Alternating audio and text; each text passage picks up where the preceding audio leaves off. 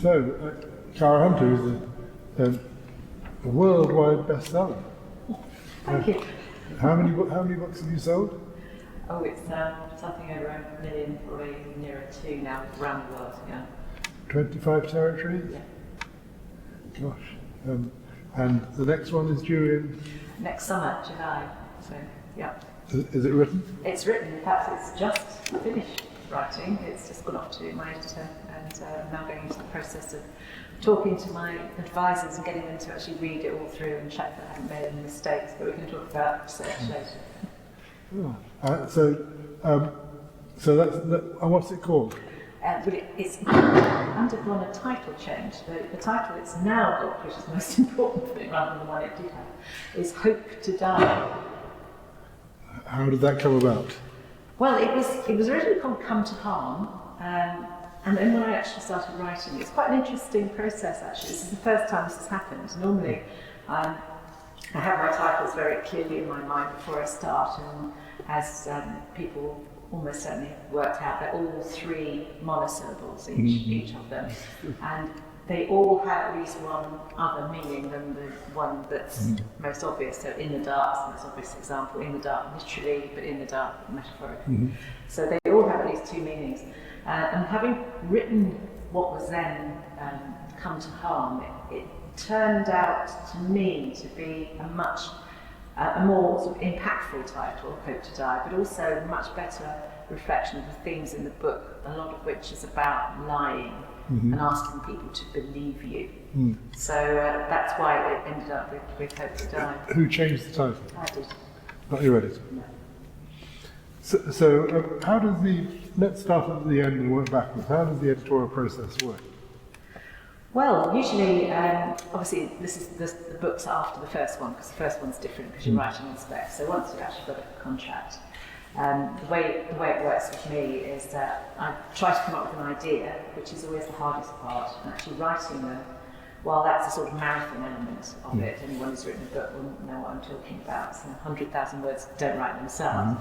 But for me, the hardest part is getting a good idea, because Byron was right. There is no such thing as new under the sun. I mean, everything's been done before, especially in crime, but there's so much of it. So really, it's a real challenge to come up with a good idea. So that's the part that I find the hardest and takes the longest. But once I've got that, then I'll write up a short synopsis, probably less than 1 page of A4, which goes to Penguin. Go to Penguin, and then they'll have a look at it. We'll kick that around. Most of the time, just come straight back and say, yeah, that's great, go for it. We haven't really had much by way of change at that stage, but then I start working, and my editor doesn't see it again till first draft. But because you're box office, you walk in and you say, I've got this idea, and they say, great. Well, perhaps it's just that the ideas have been all right so far. Perhaps it's the ideas. Have they ever said no, thank you? Not yet. No, in television, there's 4 or 5 people who can walk into a room, and they have something in an envelope, and they say, oh yes, you'll have that, and put it to Bazalgette as well. Right. Okay. Well, I haven't had that experience. And so your editor has now got the copy. Yes. And Yes. she'll go through with a fine-tooth comb. Yes. There doesn't tend to be an old-fashioned line edit anymore, or at least I don't get them. There's some sort of old-school editors will literally print it out and actually annotate as they go through. Yeah. But that I don't tend to get that now. What I tend to get is sort of 2 or 3 pages of A4, or some sort of big themes that she might want me to look at in terms of the sequence of events or whatever like that. And then right at the end is a whole series of bullet points about small things, some of which is just stuff I've forgotten or I've moved around in the course of writing. And I call them fossils. They're sort of remnants of previous drafts that I've forgotten to get rid of. So, then she'll say things like, isn't this a Tuesday? Yes, it is a Tuesday. So that sort of thing. And the copy editor does a lot of that as well. Have you worked with the same editor on all the books? Yeah. How did you get the first book? First book, yeah. How did you just send it to Penguin and say, here's a book? No, I'd done some writing before, but nothing like this. So I did actually have an agent, which was useful. So I got the idea on holiday. I did that. Happened to me a lot. Not in North Wales. Not in North Wales. No, this was in the Caribbean. Right. Back at the time when we were allowed to go abroad. So I got the idea, and that was one of those. Well, if you've read it, you'll know what I'm talking about, but I won't spoil it. I remember hearing Sophie Hannah talking about how you know you've got a good twist in a book, and you know you've got a good twist if you can get it down to 4 words. So if you think about something like, spoiler alert, I'm sure it's not a problem, Murder on the Orient Express, which everybody knows, that's a 4-word twist. They all did it. So it's a huge idea, they all did it, but it's 4 words. So you always know you've got a good twist if you can get it down to 4 words or perhaps a sentence, and the twist in Close to Home is essentially a 4-word twist. So I thought, well, I might be onto something here, and sort of bashed it backwards and forwards with the agent. She really liked it. So I wrote it, and it's evolved its own style, which has become sort of... But you'd never written a crime novel before? Not a crime novel, no. I've done other stuff. I was a copywriter for a while too. So. What made you think you could write a novel? We all think we can. I know. All journalists do, and they usually write crap novels. I've never been a journalist. No, but you've got Oxford D. Phil. I mean, why are you not writing about George Eliot? Or? Well, I've written a book about Samuel Richardson actually, but that's by the by. I think they always say, don't they, write what you enjoy, and I like reading crime. I like the puzzle of it, and I like the joust of it, if that makes sense, the joust with the author, because they've got a secret they're not telling you, and you're trying to find it out.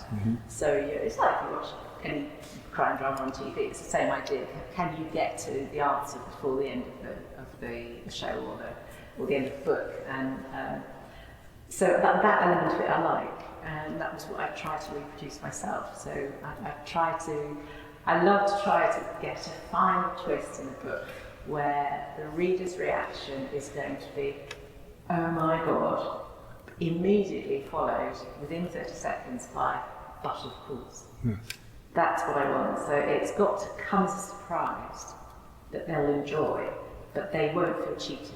They'll be able to see, oh, right, oh yeah, I can see where that came from. So you don't want it to be just a stupid surprise that makes no sense. Anyone can write a twist like that. The key thing, the challenge, is to write a twist that is at the same time a surprise and logical. So, who are your heroes? Who did you read in order to get the idea of writing a crime novel? I've always been a big fan of Joan Smith's novels. She hasn't written any for a very long time now. But this is Joan Smith who used to live locally. Yeah, some of which are set with Francis Weed. Yeah. So I loved her stuff, yes. and I always remember thinking that she wrote clever crime, and that appealed to me. And of course, there's a certain English element to that series as well, because the central character is a professor of English.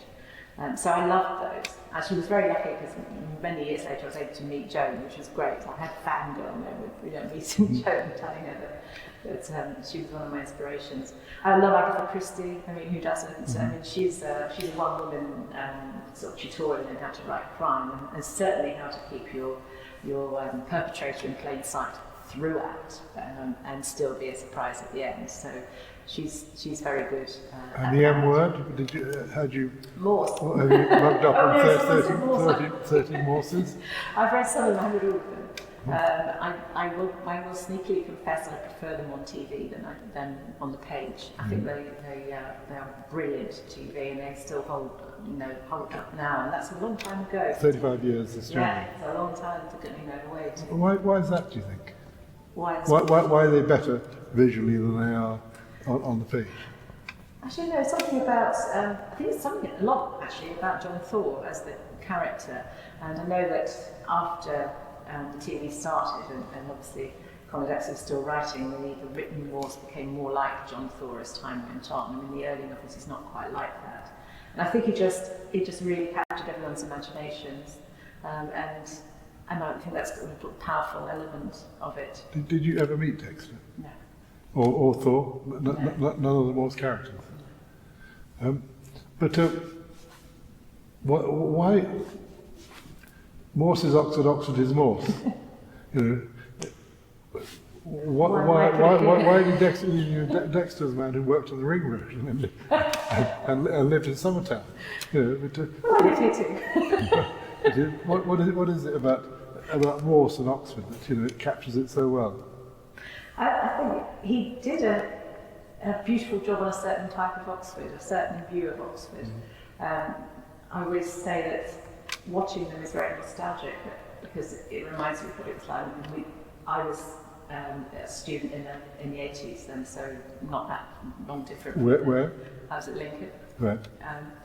So it sort of reminded me a bit of the town I knew. But even then, even when they first came out in the early 90s, I think the first ones, even then it felt nostalgic. It didn't feel like the real Oxford. It's a slightly golden glow Oxford. And so now, when you look at it, you think, crikey, yes, it's really very different now. Even all the way through to very late Lewis's, the same sort of Oxford was being presented. So it had that sort of element of nostalgia and a slight element of unreality because of that, just stepping into another world.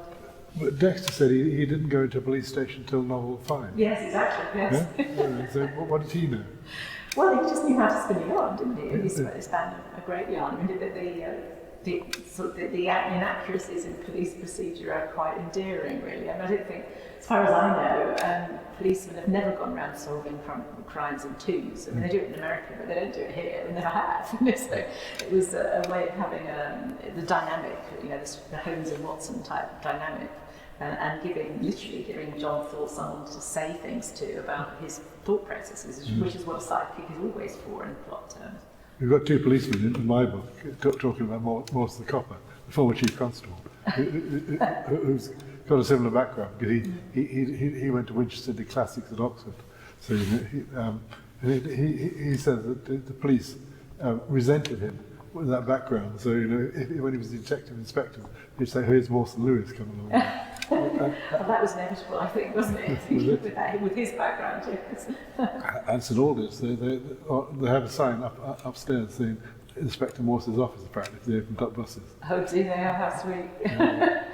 But so that was Dexter, that was Morse, and this sort of 1950s, 1960s Oxford, really.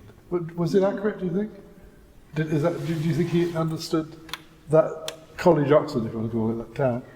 Yes, I think so. I mean, there are some things which are in the TV which I always become pedantic about. Things like, even in Lewis, they still had students wearing gowns for tutorials. No one did that even in the 80s, never mind now.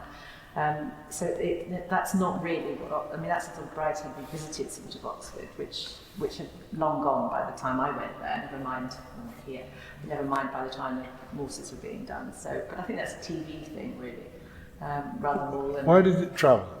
It travelled because people know what Oxford looks like and love it. And there's always been a taste, hasn't there, for well-produced British drama. So in terms of the TV, it travelled for that reason. I suppose for very similar reasons why the books did as well. And it was 2 hours long as well. That was a very innovative format at the time. That hadn't really been done before.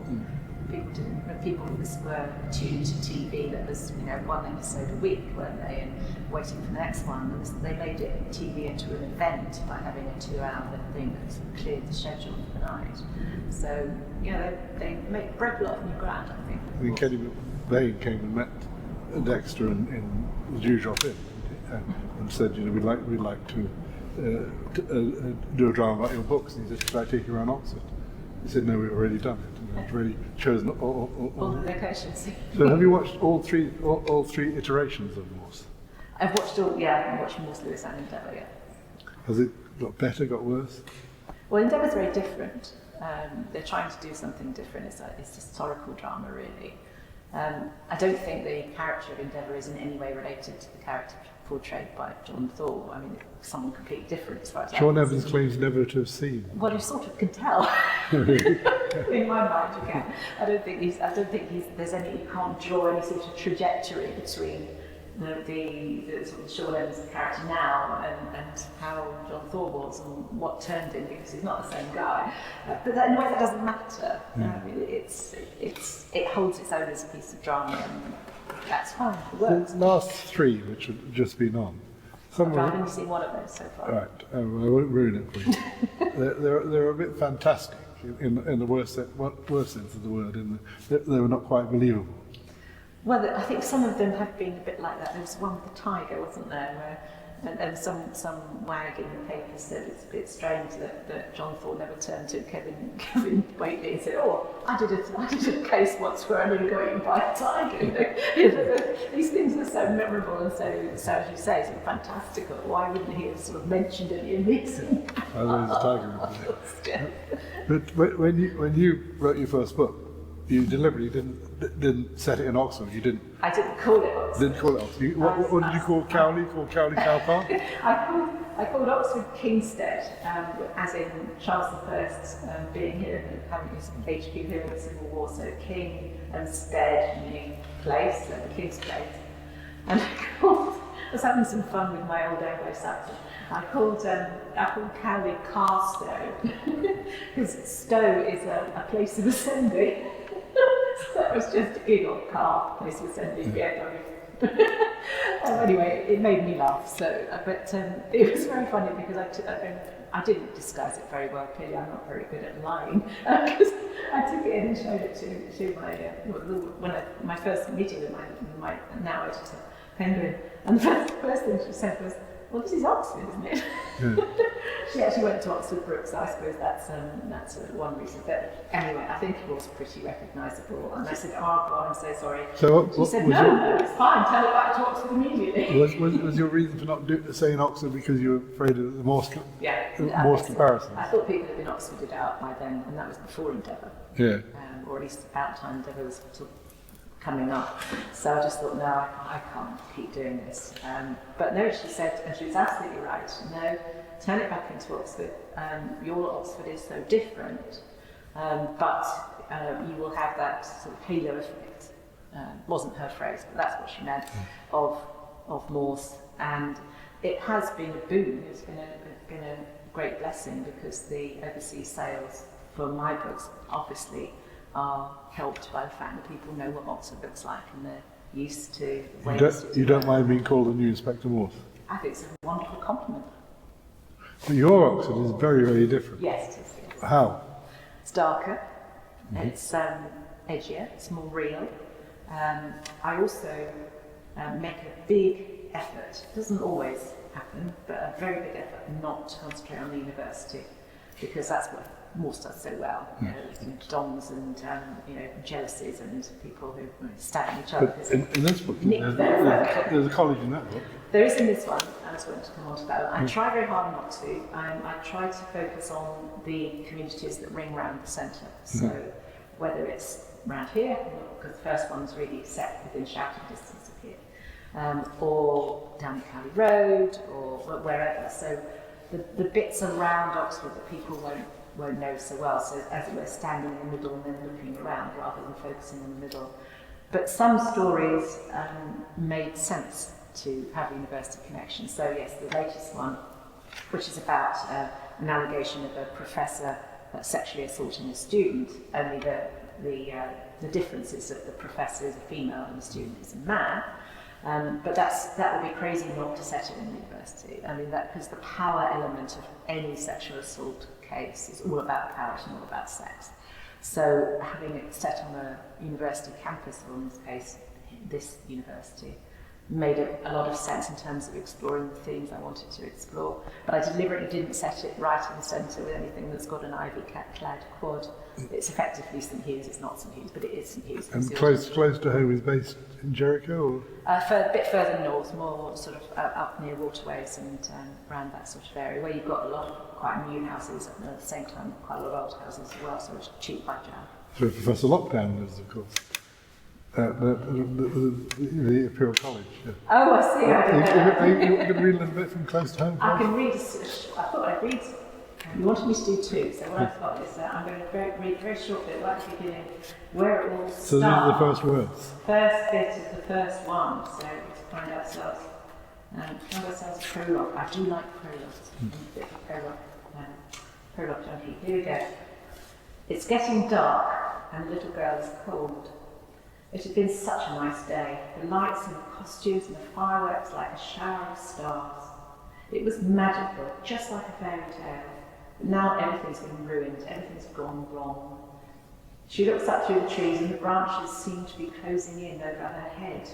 But not like Snow White, not like Sleeping Beauty. There's no prince here, no rescuer on a beautiful white horse.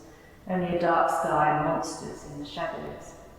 She can hear noises in the undergrowth, the rustling of small animals, and a heavier movement coming steadily closer, step by step. She wipes her cheek where tears still linger, and she wishes with all her heart she was like the princess in Brave. She wouldn't be frightened being in the forest all alone. But Daisy is. Daisy is very frightened indeed. "Daisy," says the voice, "where are you?" More steps now, closer, and the voice is angry. "You can't hide from me. I'm going to find you. You know that, don't you, Daisy? I'm going to find you." What is it about this area, Jericho, waterways, that attracts writers? I mean, you don't know if you saw the sign outside the church with all the writers written about Jericho.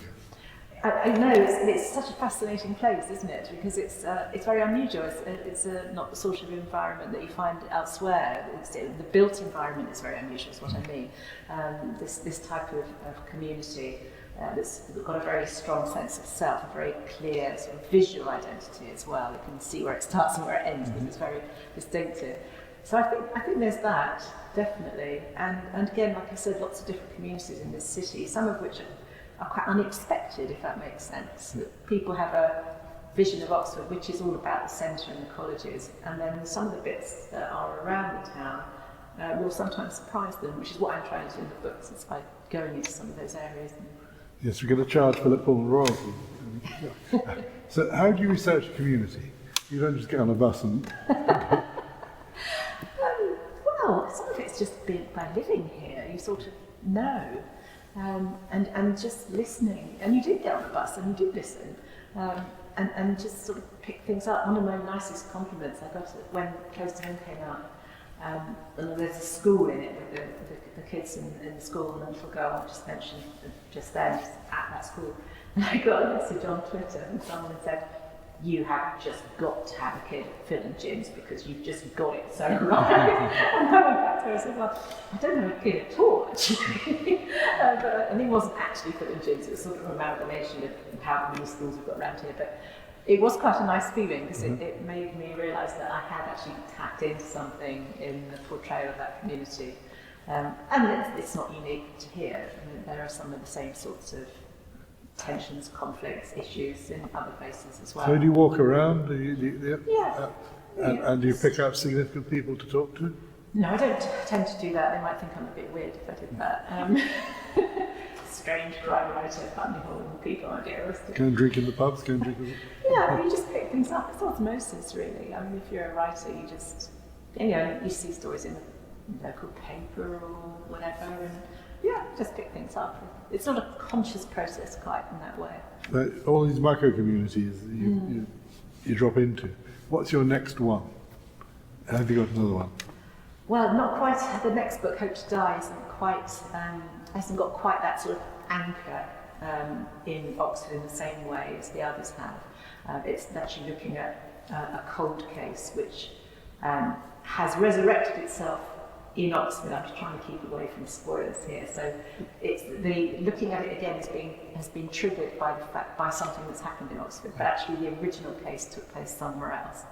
So while Forley is on the case because of what's happened now, the original community where it happened is not an Oxford one, so it's further away. So it's not got quite that same sort of anchor to a specific place here. So what's the telly schedule? When do you think they'll... I really don't know. They're always saying to me, look, it's going to take forever, so don't worry about it, just forget about it. 2022, 23, 24? I don't know. And how many are they talking about? Well, you'd like to think they would do all of them, wouldn't you? I suppose, like in everything, it would depend if there'd probably be one or two to start with and see how it went. And no one's going to commit to a great big long thing until they see how it goes. Same with books. I mean, publishers acquire books 2 or 3 at a time. They don't acquire a 10-book series right up front. And creative control. Do you want control over the telly? I think you have to accept that a TV adaptation of anything, whether it's Dickens or Morse or whatever, is not the same as the book.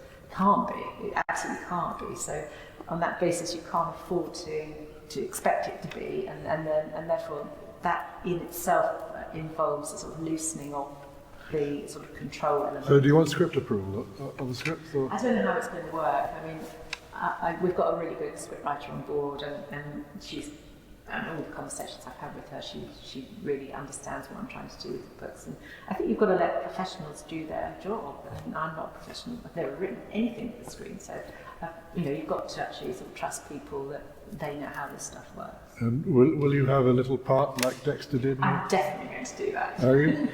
Any ideas yet? Oh, I know, woman wheeling a bike past, or sitting in a cafe or something. So. Because you only had one speaking part and he fluffed the lines. Yeah, then they took it out, didn't they? That's a little sentence. No, I don't want to say anything. That's getting a little bit beyond the Hitchcock moment, isn't it? So yeah. And do you want to be at the film when it happens? Well, if it's going to be filmed in Oxford, it's sort of hard not to be, really, isn't it?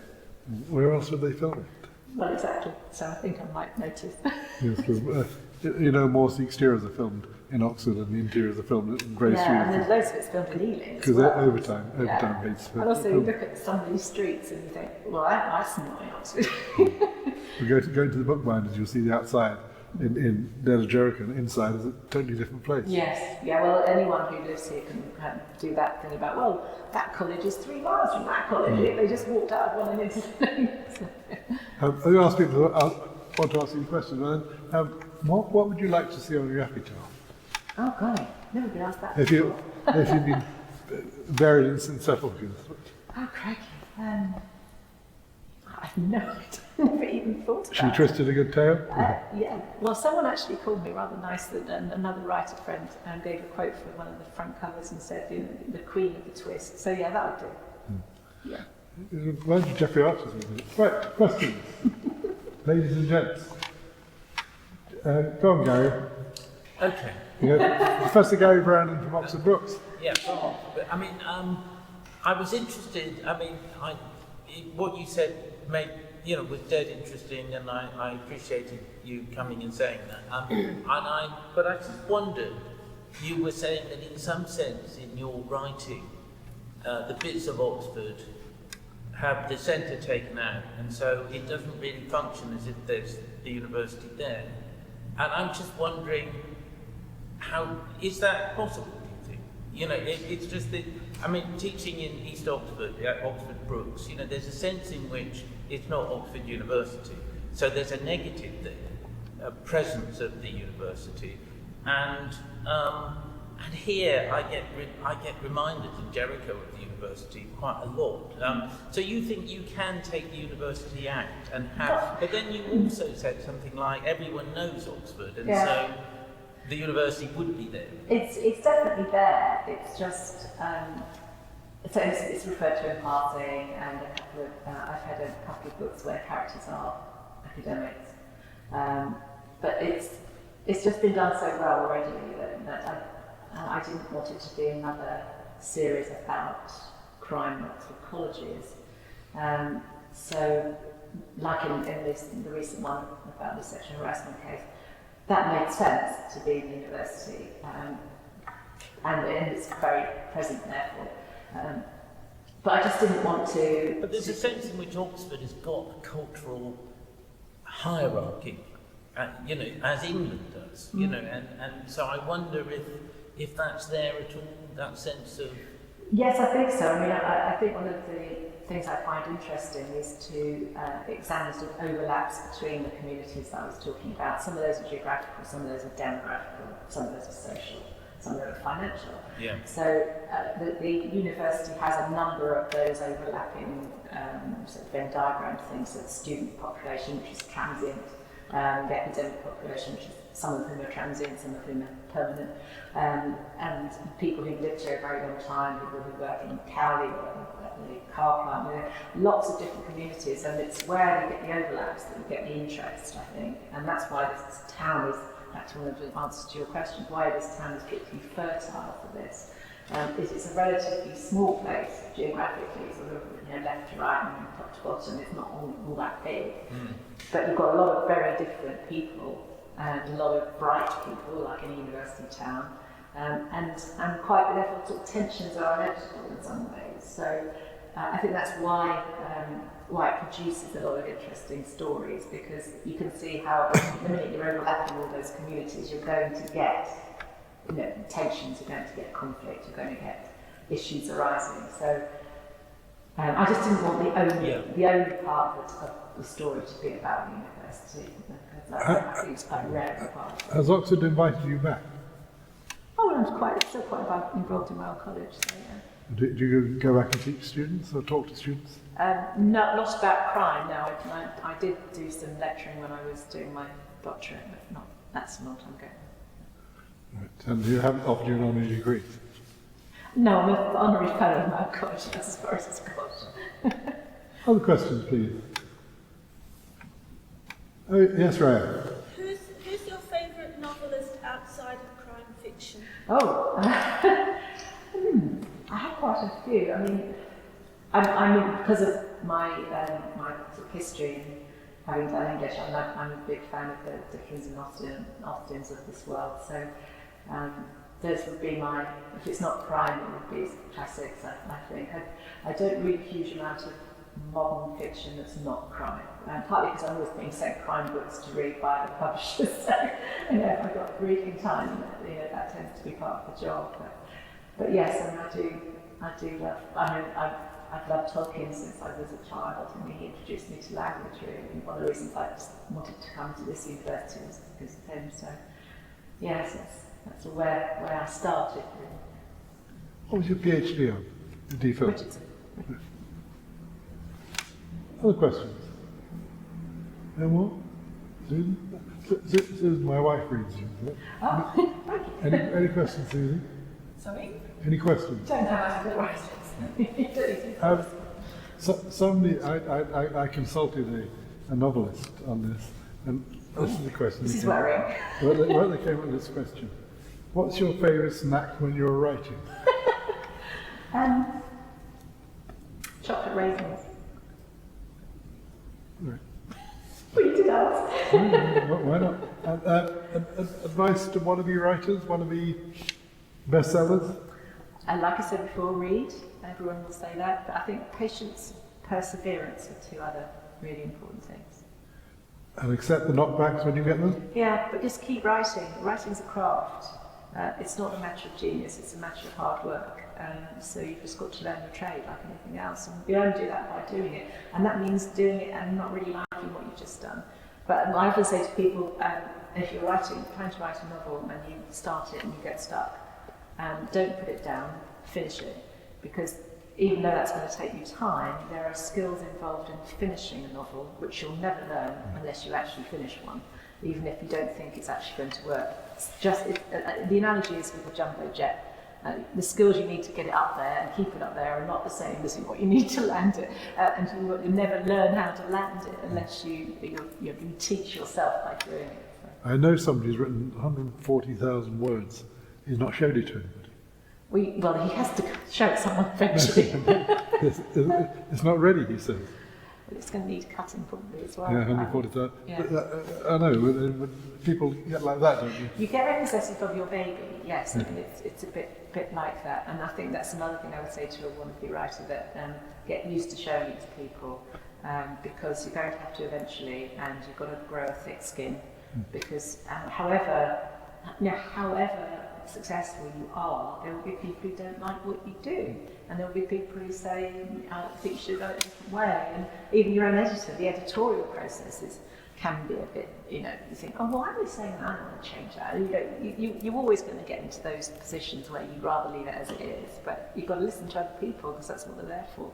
Yes, I mean, if you remember Maria Dexter's editor, Maria Rich, how do you pronounce her surname? I don't know. All right, R-E-G-T. Yeah. Dexter had this wonderful passage about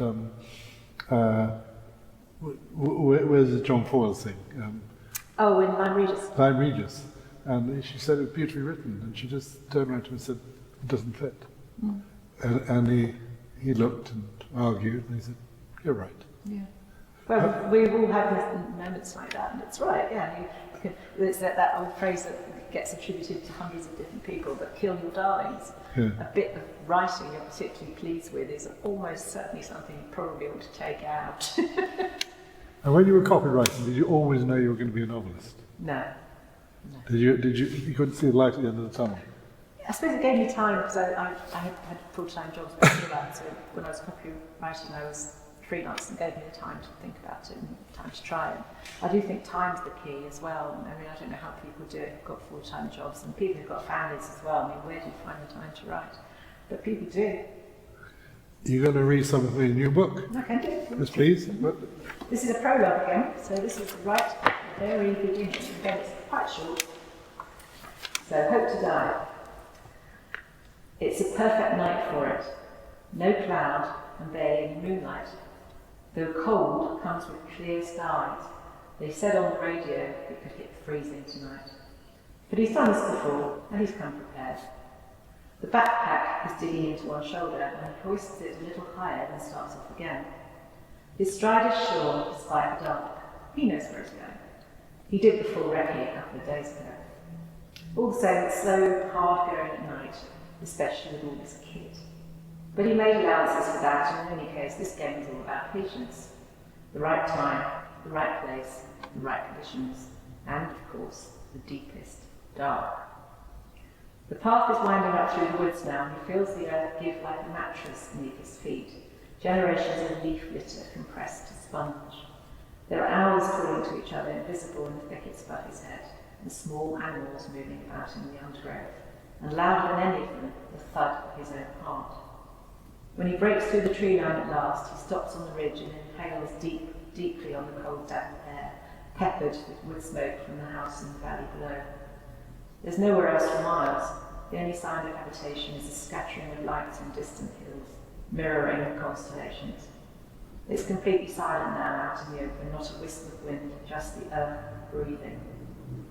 He scans the sky for a moment, then swings down the backpack and crouches now down next to it, flicking on his torch.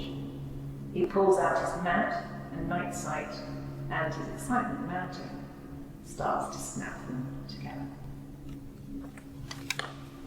Right, can you put your hands together and thank Cara very much indeed.